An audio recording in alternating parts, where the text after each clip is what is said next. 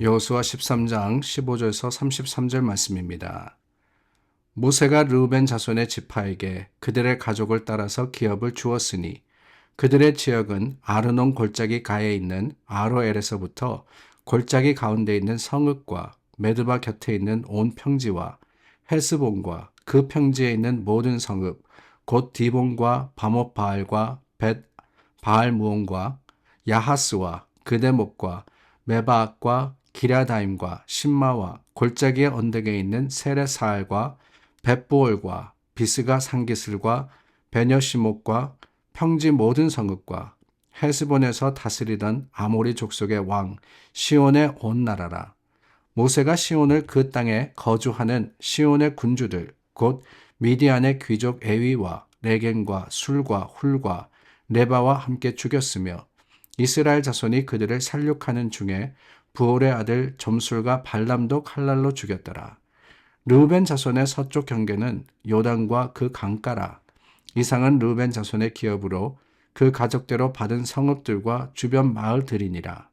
모세가 갓 지파 곧 갓 자손에게도 그들의 가족을 따라서 기업을 주었으니 그들의 지역은 야셀과 길르앗 모든 성읍과 암몬 자손의 땅 절반 곧 라빠 앞에 아로엘까지와 헤스본에서 라맛 미스베와 브노님까지와 마하나임에서 드릴 드빌 지역까지와 골짜기에 있는 벳하람과 벳니무라와 숫곳과 사본 곧 헤스본 왕 시온의 나라의 남은 땅 요단과 그 강가에서부터 요단 동쪽 긴네렛 바다의 끝까지라.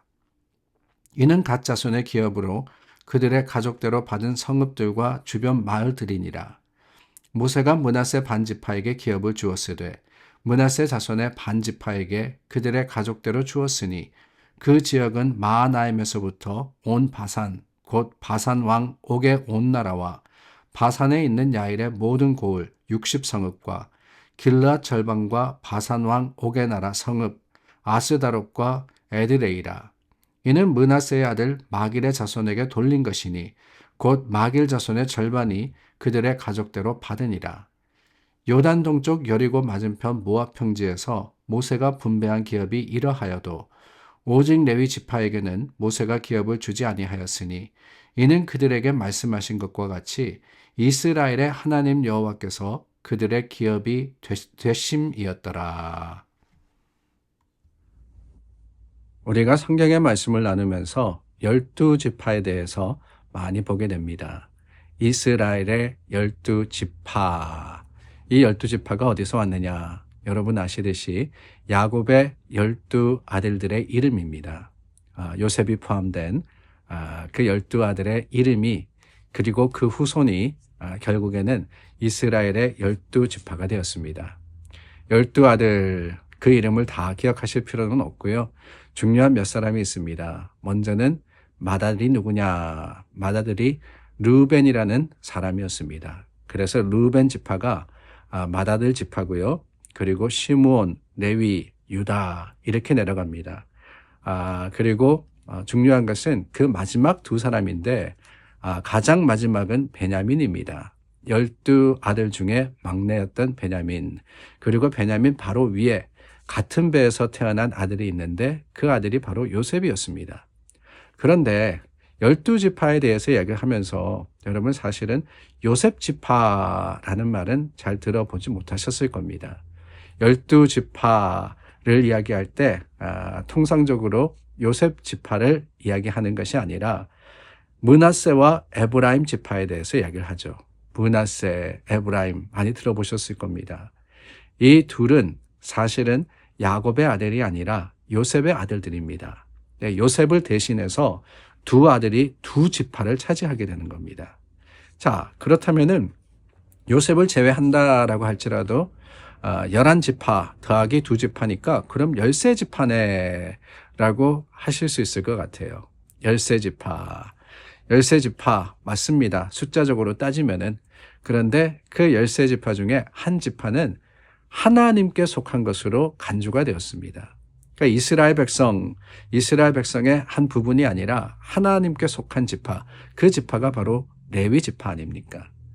레위 지파는 제사장의 역할을 감당하면서 그 성전에서 일을 하면서 하나님께 이 종속된, 그러니까 하나님께 속한 그러한 지파였기 때문에 지파들을 계산할 때는 이 레위를 뺐습니다. 그래서 12지파가 되는 것이지요. 오늘 저희가 나누었던 본문의 말씀, 어제 13장 7절에는 여호수아가 이스라엘 각 지파대로 땅을 나누어 주라는 하나님의 명령을 받았습니다. 우리가 이미 알듯이 그 12지파 중에 2지파 반은 모세를 통해서 이미 요단 동쪽에 땅을 분배받았습니다. 8절부터 14절 말씀은 이 요단 동쪽에 땅을 분배받은 2지파 반에 대한 이야기가 나오고, 오늘 저희가 나누었던 말씀은 르우벤과 그리고 갓, 므낫세 반지파가 받을 그 땅의 경계를 설명하고 있습니다. 근데 이 땅을 나누어 주라라고 했죠. 근데 나누다라는 말이 히브리어로는 할라크라는 단어입니다. 이 할라크라는 단어가 참 의미심장합니다. 나누다, 분배하다 라는 뜻도 있지만 매끄럽게 하다, 매끄럽게 하다라는 뜻이 있습니다. 이 매끄럽다라는 뜻이 어디서 왔느냐?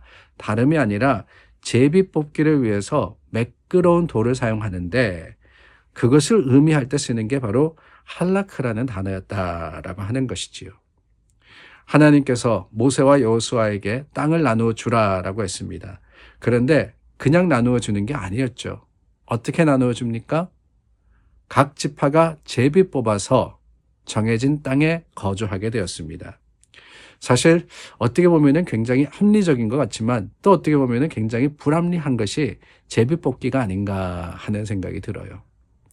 제비 뽑아서 좋은 땅에 되면은 이거 너무 좋은 방법이다 라고 할 수 있고, 그렇지 않으면은 이거 너무 나쁜 방법이다 라고 할 수 있지 않겠습니까? 우리가 더 많이 수고했는데 더 좋은 땅을 가져야지, 우리의 수가 더 많은데 더 넓은 땅을 가져야지, 그런 분열이 반드시 일어날 수 있거든요.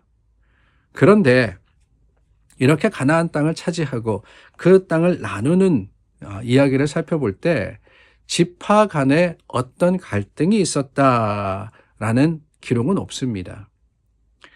우리 속담에 남이 떡이 더 커 보인다라고 했지만은 사실 동일하게 나눈 것은 아닙니다. 어떤 지파는 산지에 가게 되고 어떤 지파는 비옥한 땅에 가게 되고 여러 차이가 있을 수밖에 없었지만은 하나님의 명령대로 제비 뽑아서 그것을 했을 때 매끄럽게 모든 것이 이루어졌다라는 것이 바로 나누다, 할라크라는 단어가 가진 의미라고 하는 겁니다. 어떻게 그럴 수 있었을까요? 다름이 아니죠. 세상적인 판단과 세상적인 기준을 가지고 생각하지 않았기 때문에 그렇습니다. 그 땅을 매끄럽게 분배받을 수 있었던 것은 먼저는 모세와 여호수아의 지도력이 있었고, 뿐만이 아니라 모두 동일한 모습이 될 수는 없었지만은 하나님은 동일하게 우리에게 대하시는 하나님이 아니라 하나님은 공평하게 우리를 대하시는 주님이시라는 것을 그들이 인정했기 때문이 아닐까요? 그래서 흔히 그런 말을 합니다. 하나님은 평등하지는 않다, 이꼴하지는 않다. 그러나 하나님은 항상 공평하시다. 그렇게 말을 합니다. 우리는 항상 이꼴한 것을 원합니다. 공평해야 된다. 이것보다는 평등해야 된다. 너와 내가 똑같아야 된다라고 생각을 하지만 사실 하나님의 방법은 그렇지 않거든요. 어떤 사람은 더 많은 재능을 받을 수도 있습니다. 어떤 사람은 더 많은 부를 누릴 수도 있습니다. 어떤 사람은 더 높은 위치에 갈 수도 있습니다. 그러나 그렇지 않다 그래서 하나님께서 공평하지 않으신 것이 아니라 하나님은 하나님의 계획과 그 섭리 가운데 우리 모두에게 하나님의 일을 맡기시고 그 일을 할 수 있는 능력을 더해 주시기 때문에 그 하나님을 우리는 인정하고 그 하나님을 따라 나아가는 거 아니겠습니까? 오늘 말씀도 그렇습니다. 계속 이어질 이 땅의 분배에 대한 이야기를 보면서 그런 생각을 하게 됩니다. 사실 이스라엘의 이 지역이 어디 있는지 우리가 다 알지는 못하지만 분명 할 겁니다. 좋은 것도 있었으면은 나쁜 것도 있었을 거예요. 그러나 그 모든 것이 하나님이 주신 것임을 다 같이 인정할 때 거기에 평화가 있을 수 있었고 거기에 감사가 있을 수 있었던 겁니다. 특별히 어제 말씀에 이어서 오늘 말씀도 보니까 레위 지파에게는 기업으로 받을 땅이 없다라고 하셨죠. 하나님이 친히 그들의 기업이 된다라고 하셨습니다. 오히려 어떻게 보면 세상적으로는 빌어먹는 그런 입장이지 아니겠습니까? 다른 지파들의 도움을 받아야 되는 거거든요. 제사 드린 것 중에 일부를 가져가기 때문에. 그러나 하나님께서 책임지시고 하나님이 기업이 되시겠다라고 하셨음을 인해서 레위는 더 복된 지파로서 하나님 앞에 나아갈 수 있었던 겁니다. 그 생각을 할 때 우리도 그렇습니다. 평등하진 않아요. 하나님이 다 똑같이 주시진 않았습니다. 여러 다른 모습이라 할지라도 공평하신 하나님, 내게 가장 적절하고 가장 좋은 것으로 주시는 그 하나님을 기억하고 인정할 때 우리의 삶이 감사로 넘칠 수 있음을 다시 한번 기억하는 지혜로운 사람들이 될 수 있기를 간절히 소망해 봅니다. 기도하겠습니다. 참 좋으신 하나님, 우리 모습이 다 다르다 할지라도 한 마음과 한 뜻으로 주님을 찬양하는 것은 하나님이 공평하신 하나님이시기 때문에 그렇습니다. 주님, 우리에게 주신 것을 감사함으로 하나님의 영광을 드러내기 위해서 사용하는 귀한 하루가 되게 하여 주시고 어디에 있든지 주님의 사람으로서 부끄럽지 않는 믿음의 모습을 보이는 우리가 되게 하여 주시옵소서. 예수님의 이름으로 기도드립니다. 아멘.